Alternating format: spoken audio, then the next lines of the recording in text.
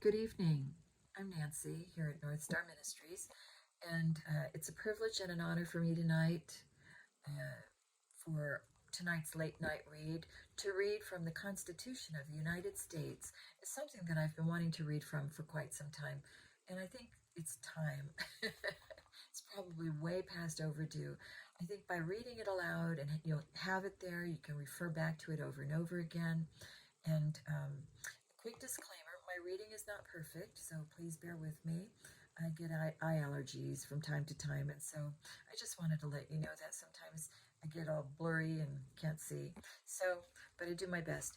Anyway, and I'll also follow up with the Declaration of Independence. And then in another separate read, I will probably read the amendments as well. So we begin. Oh, one other disclaimer.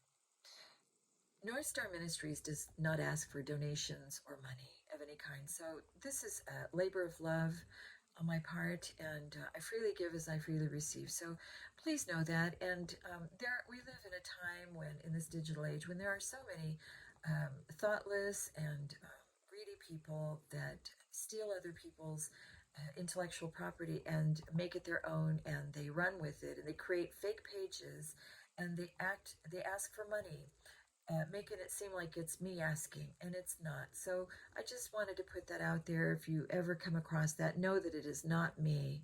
Don't get played by these people, and just report them, and I thank you.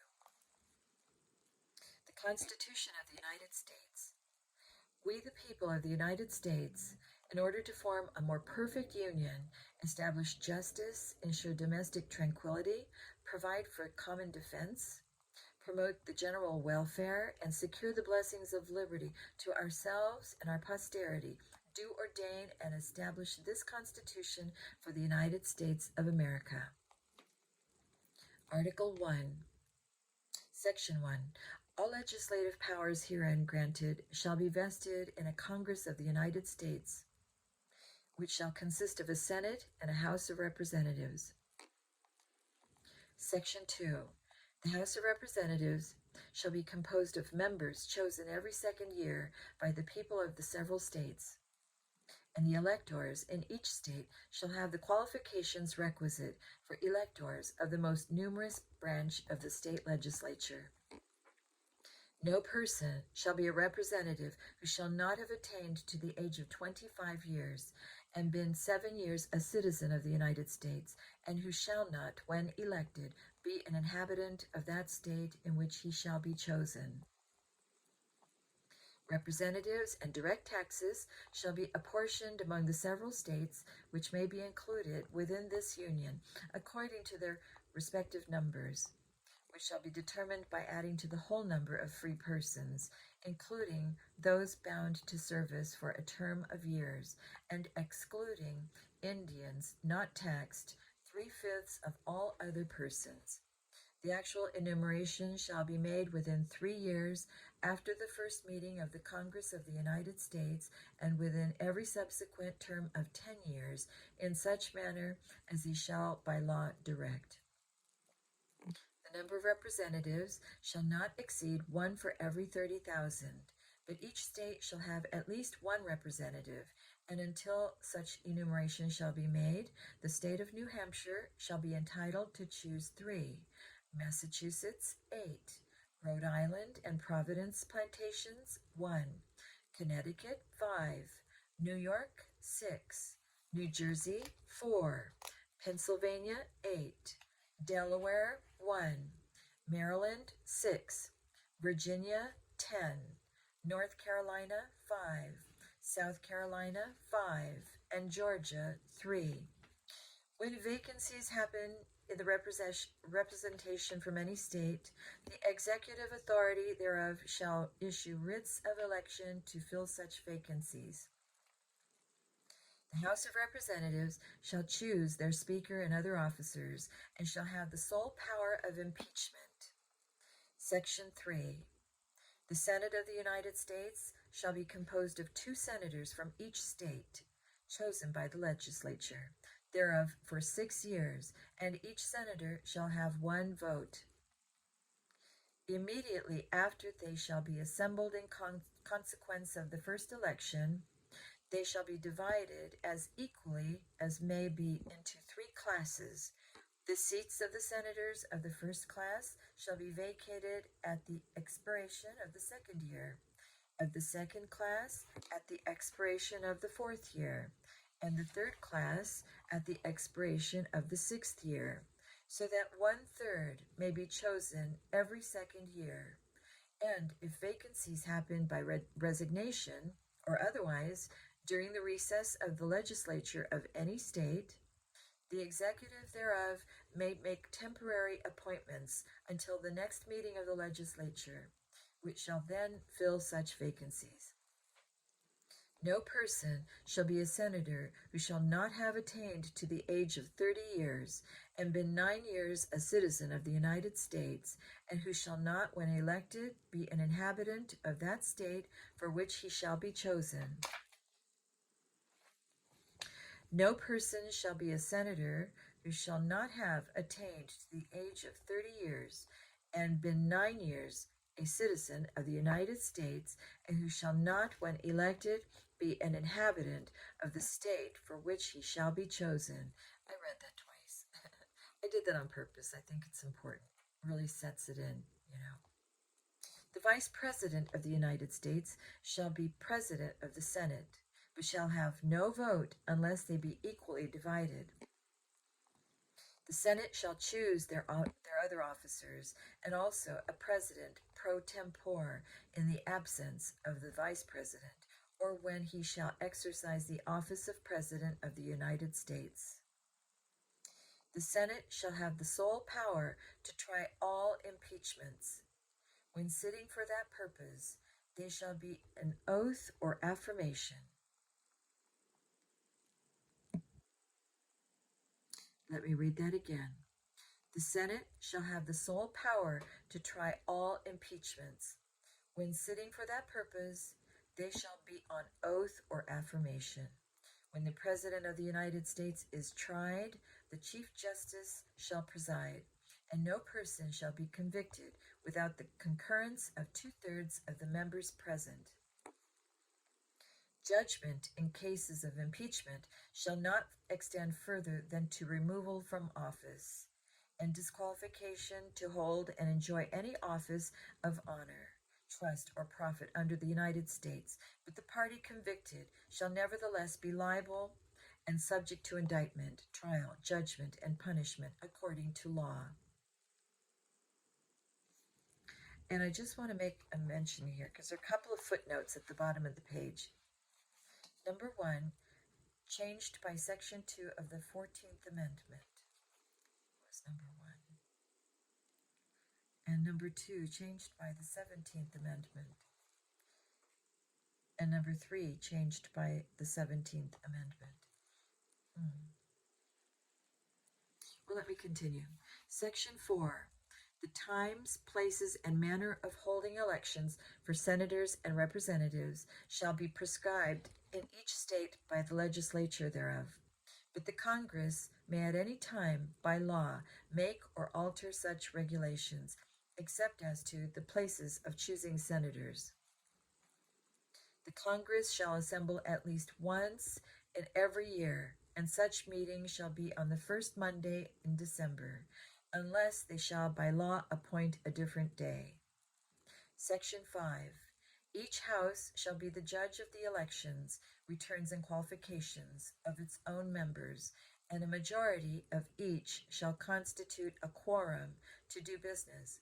But a smaller number may adjourn from day to day, and may be authorized to compel the attendance of absent members in such manner, and under such penalties as each house may provide.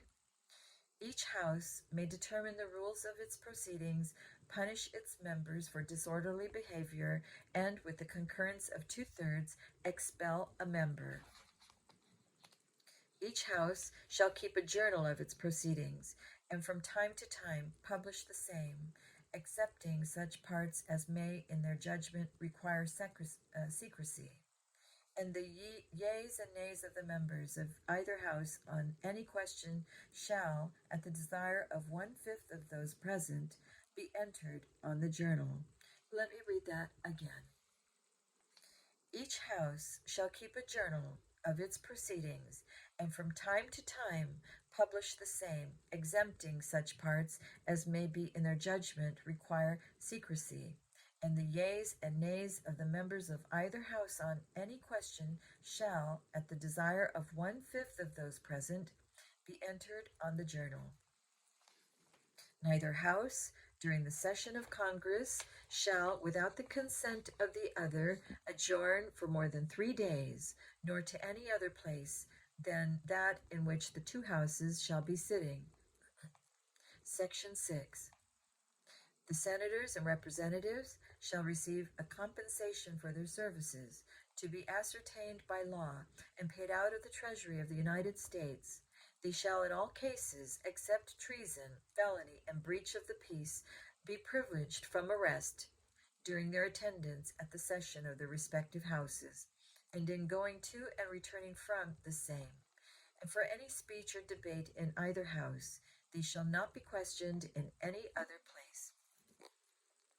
No senator or representative shall, during the time for which he was elected, be appointed to any civil office under the authority of the United States, which shall have been created, or the emoluments whereof shall have been increased during such time. And no person holding any office under the United States shall be a member of either house during his constituence in office. Section 7. All bills for raising revenue shall originate in the House of Representatives, but the Senate may propose or concur with amendments as on other bills. Every bill which shall have passed the House of Representatives and the Senate shall, before it become a law, be presented to the President of the United States. If he approve, he shall sign it, but if not, he shall return it. Let me read that again. Every bill which shall have passed the House of Representatives and the Senate shall, before it become a law, be presented to the President of the United States. If he approve, he shall sign it, but if not, he shall return it with his objections to that House in which it shall have originated, who shall enter the objections at large on their journal, and proceed to reconsider it. If after such reconsideration 2/3 of that House shall agree to pass the bill, it shall be sent, together with the objections, to the other House, by which it shall likewise be reconsidered, and if approved by 2/3 of that House, it shall become a law. But in all such cases of votes of both Houses shall be determined by yeas and nays, and the names of the persons voting for and against the bill shall be entered on the journal of each House respectively. If any bill shall not be returned by the President within 10 days, Sundays excepted, after it shall have been presented to him, the same shall be a law, in like manner as if he had signed it, unless the Congress by their adjournment prevent its return, in which case it shall not be a law. Every order, resolution, or vote to which the concurrence of the Senate and House of Representatives may be necessary, except on a question of adjournment, shall be present to the President of the United States, and before the same shall take effect, shall be approved by him, or being disapproved by him, shall be repassed by 2/3 of the Senate and House of Representatives, according to the rules and limitations prescribed in the case of a bill. Let me read that again.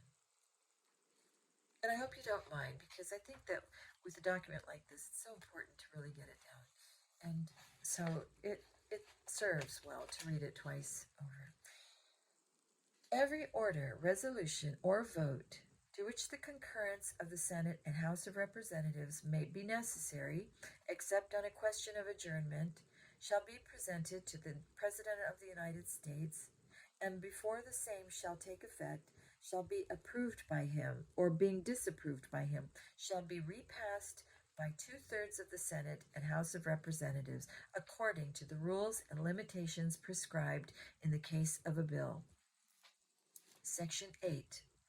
The Congress shall have power to lay and collect taxes, duties, imposts, and excises, to pay the debts and provide for the common defense and general welfare of the United States, but all duties, imposts, and excises shall be uniform throughout the United States, to borrow money on the credit of the United States, to regulate commerce with foreign nations and among the several states and with the Indian tribes, to establish an uniform rule of naturalization and uniform laws on the subject of bankruptcies throughout the United States, to coin money, regulate the value thereof, and of foreign coin, and fix the standard of weights and measures, to provide for the punishment of counterfeiting the securities and current coin of the United States, to establish post offices and post roads, to promote the progress of science and useful arts by securing for limited times to authors and inventors the exclusive right to their respective writings and discoveries, to constitute tribunals inferior to the Supreme Court, to define and punish piracies and felonies committed on the high seas and offenses against the law of nations, to declare war, grant letters of marque and reprisal, and make rules concerning captures on land and water, to raise and support armies, but no appropriation of money to that use shall be for a longer term than 2 years, to provide and maintain a navy, to make rules for the government and regulation of the land and naval forces, to provide for calling forth the militia to execute the laws of the Union, suppress insurrections, and repel invasions, to provide for organizing, arming, and disciplining the militia, and for governing such part of them as may be employed in the service of the United States, reserving to the states respectively the appointment of the officers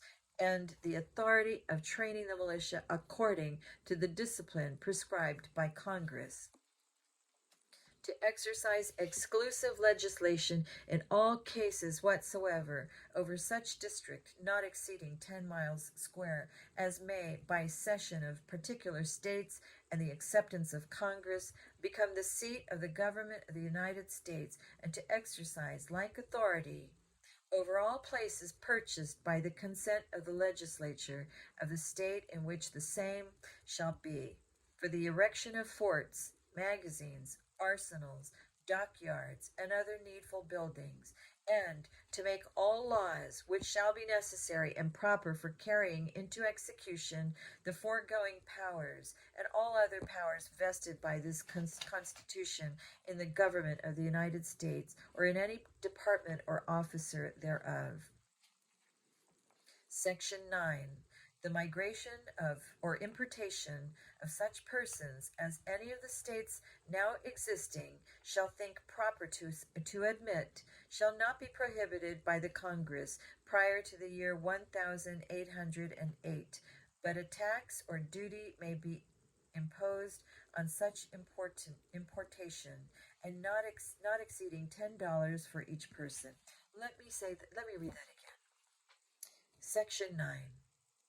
The migration or importation of such persons as any of the states now existing shall think proper to admit shall not be prohibited by the Congress prior to the year 1808, but a tax or duty may be imposed on such importation not exceeding $10 for each person. The privilege of the writ of habeas corpus shall not be suspended, unless when in cases of rebellion or invasion the public safety may require it. No bill of attainder or ex post facto law shall be passed. No capitation or other direct tax shall be laid, unless in a proportion to the census or enumeration herein before directed to be taken. No tax or duty shall be laid on articles exported from any state. No preference shall be given by any regulation of commerce or revenue to the ports of one state over those of another, nor shall vessels bound to or from one state be obliged to enter, clear, or pay duties in another. No money shall be drawn from the treasury, but in consequence of appropriations made by law, and a regular statement and account of the receipts and expenditures of all public money shall be published from time to time. No title of nobility shall be granted by the United States, and no person holding any office of profit or trust under them shall, without the consent of the Congress, except of any present, emolument, office, or title of any kind whatever, from any king, prince, or foreign state. And let me read that once again. No title of nobility shall be granted by the United States, and no person holding any office of profit or trust under them shall, without the consent of the Congress, accept of any present, emolument, office, or title of any kind whatever from any king, prince, or foreign state. Section 10. No state shall enter into any treaty, alliance, or confederation, grant letters of marque and reprisal, coin money, emit bills of credit, make anything but gold and silver, coin a tender in payment of debts, pass any bill of attainder, ex post facto law, or law impairing the obligation of contracts, or grant any title of nobility. No state shall, without the consent of the Congress, lay any imposts or duties on imports or exports, except what may be absolutely necessary for executing its inspection laws, and the net produce of all duties and imposts laid by any state on imports or exports shall be for the use of the Treasury of the United States, and all such laws shall be subject to the revision and control of the Congress. No state shall, without the consent of Congress, lay any duty of tonnage, keep troops or ships of war in time of peace, enter into any agreement or compact with another state or with a foreign power, or engage in war unless actually invaded or in such imminent danger as will not admit of delay. And let me read that one again. No state shall, without the consent of Congress, lay any duty of tonnage, keep troops or ships of war in time of peace, enter into any agreement or compact with another state or with a foreign power, or engage in war unless actually invaded or in such imminent danger as will not admit of delay. Article 2, Section 1. The executive power shall be vested in a President of the United States of America. He shall hold his office during the term of 4 years, and together with the Vice President, chosen for the same term, be elected as follows. Each state shall appoint in such manner as the legislature thereof may direct a number of electors, equal to the whole number of senators and representatives to which the state may be entitled in the Congress. But no senator or representative or person holding an office of trust or profit under the United States shall be appointed an elector. The electors shall meet in their respective states and vote by ballot for 2 persons, of whom one at least shall not be an inhabitant of the same state with themselves, and they shall make a list of all the persons voted for, and of the number of votes for each, which list they shall sign and certify and transmit sealed to the seat of the government of the United States, directed to the President of the Senate. The President of the Senate shall, in the presence of the Senate and House of Representatives, open all the certificates, and the votes shall then be counted. The person having the greatest number of votes shall be the President. If such number be a majority of the whole number of electors appointed, and if there be more than one who have such majority and have an equal number of votes, then the House of Representatives shall immediately choose by ballot one of them for President. And if no person have a majority, then from the 5 highest on the list, the said House shall in like manner choose the President. But in choosing the President, the votes shall be taken by states. The representation from each state having 1 vote A quorum for this purpose shall consist of a member or members from 2/3 of the states, and a majority of all the states shall be necessary to a choice. In every case, after the choice of the president, the person having the greatest number of votes of the electors shall be the vice president. But if there should remain 2 or more who have equal votes, the Senate shall choose from them by ballot the vice president. The Congress may determine the time of choosing the electors, and the day on which they shall give their votes, which day shall be the same throughout the United States. No person except a natural-born citizen or a citizen of the United States at the time of the adoption of this Constitution shall be eligible to the office of President. Neither shall any person be eligible to that office who shall not have attained to the age of 35 years and been 14 years a resident within the United States. In case of the removal of the President from office or of his death, resignation, or inability to discharge the powers and duties of the said office, the same shall devolve on the Vice President, and the Congress may by law provide for the case of removal, death, resignation, or inability, both of the President and the Vice President, declaring what officer shall then act as President. And such officer shall act accordingly until the disability be removed or a president shall be elected. The president shall, at stated times, receive for his services a compensation, which shall neither be increased nor diminished during the period for which he shall have been elected, and he shall not receive within that period any other emolument from the United States or any of them. Before he enter on the execution of his office, he shall take the following oath or affirmation. I do solemnly swear or affirm that I will faithfully execute the office of President of the United States and will to the best of my ability, preserve, protect, and defend the Constitution of the United States. Section 2. The President shall be Commander-in-Chief of the Army and Navy of the United States and of the militia of the several states. When called into the actual service of the United States, he may require the opinion in writing of the principal officer in each of the executive departments upon any subject relating to the duties of the respective offices. He shall have power to grant reprieves and pardons for offenses against the United States, except in cases of impeachment.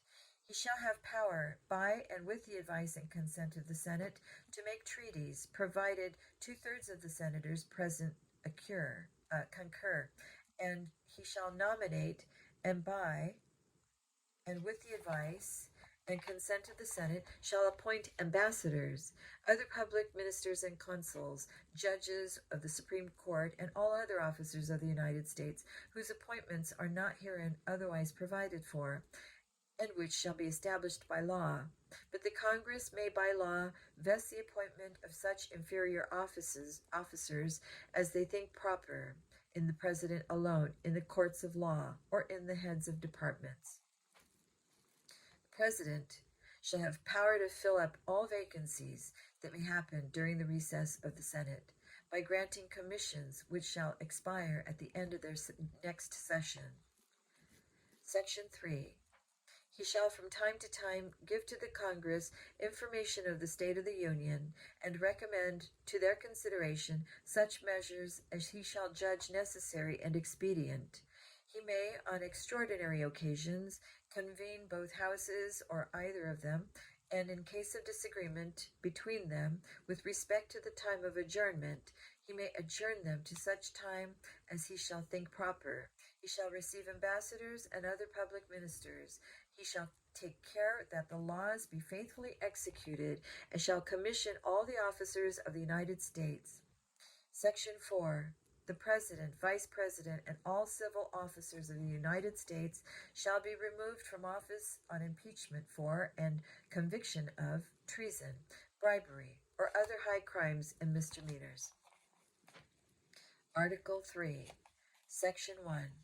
The judicial power of the United States shall be vested in one Supreme Court and in such inferior courts as the Congress may from time to time ordain and establish. The judges, both of the Supreme and inferior courts, shall hold their offices during good behavior and shall, at stated times, receive for their services a compensation, which shall not be diminished during their constituence in office. Section 2. The judicial power shall extend to all cases in law and equity arising under this Constitution, the laws of the United States, and treaties made, or which shall be made under their authority, to all cases affecting ambassadors, other public ministers and consuls, to all cases of admiralty and maritime jurisdiction, to controversies to which the United States shall be a party, to controversies between two or more states, between a state and citizens of another state, between citizens of different states, between citizens of the same state claiming lands under grants of different states, and between a state or the citizens thereof and foreign states, citizens or subjects. In all cases affecting ambassadors, other public ministers and consuls, and those in which a state shall be a party, the Supreme Court shall have original jurisdiction. In all other cases before mentioned, the Supreme Court shall have appellate jurisdiction, both as to law and fact, with such exceptions, and under such regulations as the Congress shall make. The trial of all crimes, except in cases of impeachment, shall be by jury, and such trial shall be held in the state where the said crimes shall have been committed. But when not committed within any state, the trial shall be at such place or places as the Congress may by law have directed. Section 3. Treason against the United States shall consist only in levying war against them, or in adhering to their enemies, giving them aid and comfort. No person shall be convicted of treason unless on the testimony of two witnesses to the same overt act, or on confession in open court. The Congress shall have power to declare the punishment of treason, but no attainder of treason shall work corruption of blood or forfeiture except during the life of the person attainted. Article 4, Section 1. Full faith and credit shall be given in each state to the public acts, records, and judicial proceedings of every other state. And the Congress may, by general laws, prescribe the manner in which such acts, records, and proceedings shall be proved, and the effect thereof. Section 2. The citizens of each state shall be entitled to all privileges and immunities of citizens in the several states. A person charged in any state with treason, felony, or other crime, who shall flee from justice and be bound in another state, shall, on demand of the executive authority of the state from which he fled, be delivered up to be removed to the state having jurisdiction of the crime. No person held to service or labor in one state under the laws thereof, escaping into another, shall, in consequence of any law or regulation therein, be discharged from any such service or labor, but shall be delivered up on claim of the party to whom such service or labor may be due. Section 3.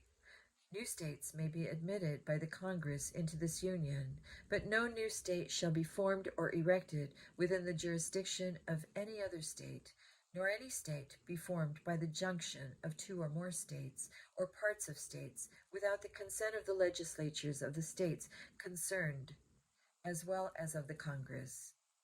The Congress shall have power to dispose of and make all needful rules and regulations respecting the territory or other property belonging to the United States, and nothing in this Constitution shall be so construed as to prejudice any claims of the United States or of any particular state. Section 4.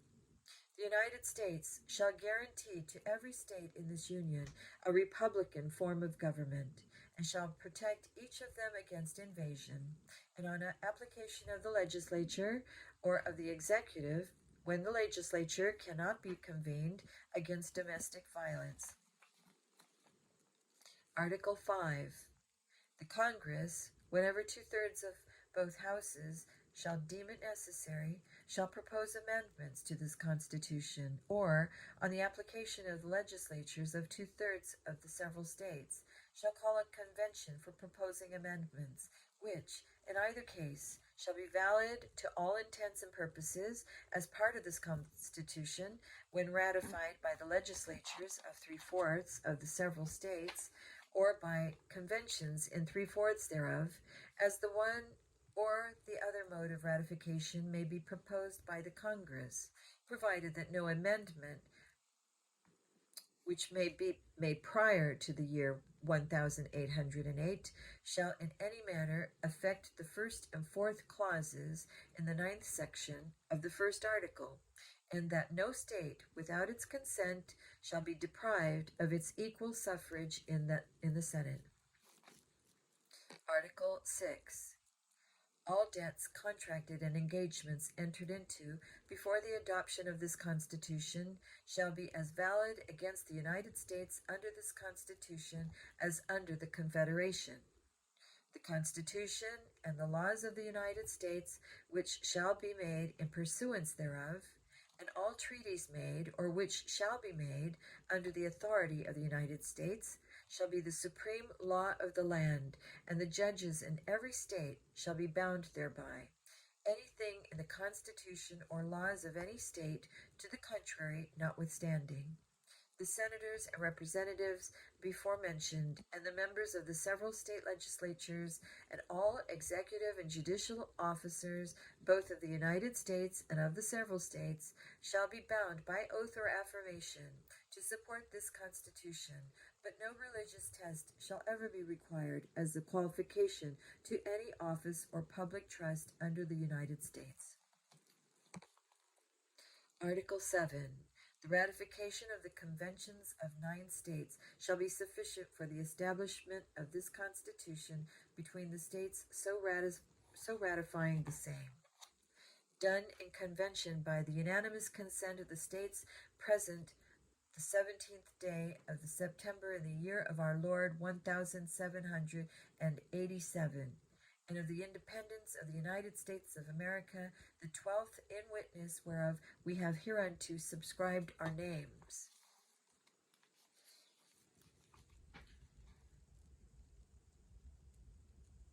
George Washington, President and Deputy from Virginia.